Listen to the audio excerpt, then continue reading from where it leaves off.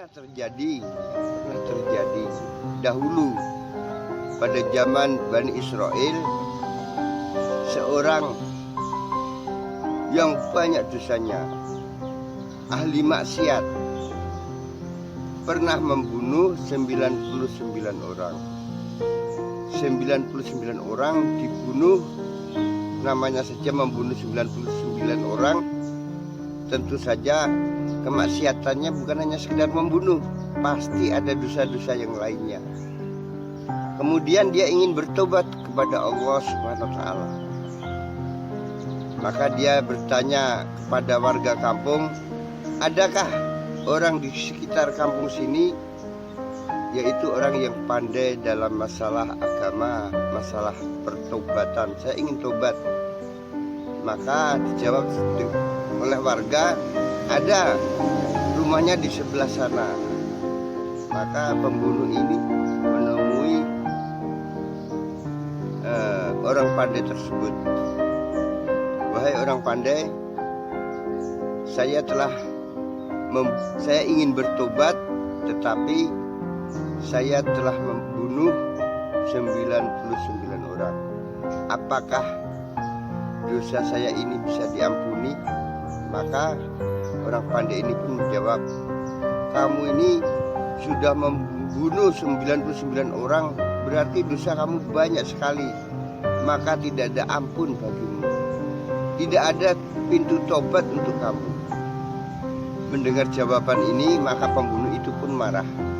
Akhirnya orang yang pandai ini dibunuh sekali, sehingga pembunuhan genap menjadi 100 orang.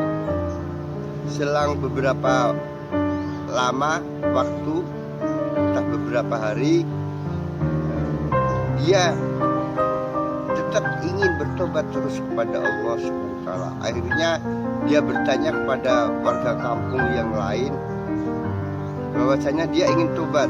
Adakah orang yang pandai yang mau menerima tobatnya? Maka para jamaah, teman-teman kami semuanya, warga kampung lain ini menjawab, ada orang pandai, rumahnya di sebelah sana. Maka didatangilah orang pandai yang kedua ini. Yang pertama sudah dibunuh, orang pandai yang pertama sudah dibunuh. Kemudian orang pandai yang kedua ini didatangi oleh pembunuh tersebut. Wahai orang pandai, saya ingin tobat, tetapi saya sudah membunuh 100 orang. Apakah tobat saya ini bisa diterima? Maka orang pandai ini menjawab, bisa kamu akan diterima oleh Allah Subhanahu wa Ta'ala dengan syarat pertama, kamu harus hijrah, meninggalkan kampung halamanmu, meninggalkan lingkunganmu, meninggalkan suasana-suasana yang membuat diri kamu berbuat maksiat, meninggalkan dari tempat yang buruk menuju ke tempat yang baik. Akhirnya pembunuh ini merasa senang sekali. Nasihat orang pandai ini dituruti, ditaati, sehingga dia berpindah dari tempatnya menuju ke tempat yang lain, dari tempat ahli maksiat menuju ke tempat ahli taat, dari kampung halaman yang penuh dengan tindakan dosa-dosa menuju kampung yang mana suasana kampung tersebut terdapat orang-orang yang soleh, terdapat orang-orang yang melakukan amal kebaikan. Di tengah perjalanan, maka nyawa atau usia si pembunuh ini telah sampai ajal. Artinya pada waktu di tengah perjalanan sebelum menuju kampung tempat-tempat ahli taat, kampung tempat orang-orang ahli yang berbuat baik, dia sudah meninggalkan kampung tempat-tempatnya ahli maksiat. Di tengah perjalanan menuju kampung tempat orang-orang yang baik, ternyata Allah Subhanahu wa Ta'ala telah mencabut nyawanya. Kemudian datang malaikat maut, malaikat yang akan menyeret seorang pembunuh ini untuk dibawa ke neraka. Tak lama kemudian datang juga malaikat rahmat Maka malaikat azab dan malaikat rahmat ini rebutan nyawa tersebut. Si malaikat azab berkata, ini orang ini belum bertobat, baru akan bertobat, tapi belum tobat, baru dalam perjalanan. Maka malaikat rahmat menjawab, Allah lebih mengetahui dia ini sedang dalam perjalanan menuju ke tempat kampung yang berbuat baik. Dia sedang mengadakan perjalanan untuk menuju sesuatu yang membuat dirinya baik. Maka akhirnya rebutan, Allah SWT mengutus malaikat yang ketiga, malaikat lain, untuk menyelesaikan permasalahan ini.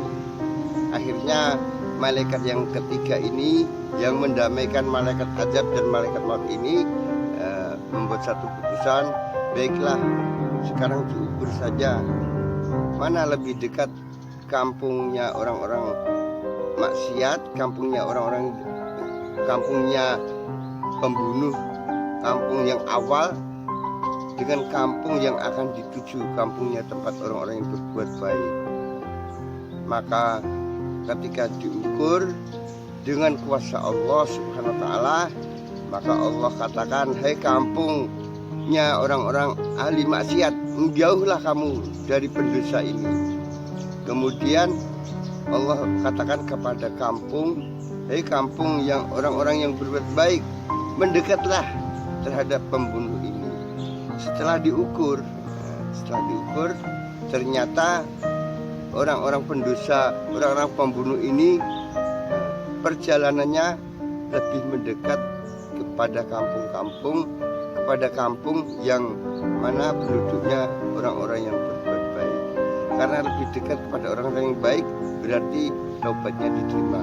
Akhirnya malaikat rahmat pun langsung berusaha mengambil nyawa, membawa nyawanya tersebut untuk menuju ke tempat yang Allah ridhoi. Maka para jamaah, teman-teman kami semuanya yang dimuliakan Allah Subhanahu wa taala, dalam keterangan sedikit ini mudah-mudahan menjadi renungan kita agar kita tidak berputus asa meskipun di dalam diri kita ini banyak dosa, banyak maksiat, banyak perkara-perkara yang tidak diridhai Allah yang telah kita lakukan.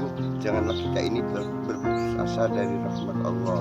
Sesungguhnya Allah akan memberikan ampunan kepada siapa saja yang dikehendaki, asalkan dia benar-benar mau berhijrah untuk kembali kepada Allah Subhanahu wa taala. Dan tugas daripada mengajak manusia kembali kepada Allah ini sebenarnya sudah menjadi tugas tanggung jawab kita semua. Dan ini dinyatakan dalam Al-Quran. Qul, katakanlah Muhammad, hadhihi sabili, ini saja jalanku, tidak ada jalan yang lain. Hadhihi sabili ad'u ilallah, mengajak manusia agar kembali kepada Allah. Orang-orang ahli maksiat diajak untuk kembali kepada Allah. Orang-orang yang suka berbuat dosa diajak kembali kepada Allah. Hadhihi sabili ad'u ilallah ala basiratin, dengan hujah dalil yang nyata. Ana wa manittaba'ani, ini tugas saya dan tugas orang-orang yang mengikuti saya. Ana wa manittaba'ani, ini tugas baginda Rasulullah SAW dan tugasnya orang-orang yang mengikuti baginda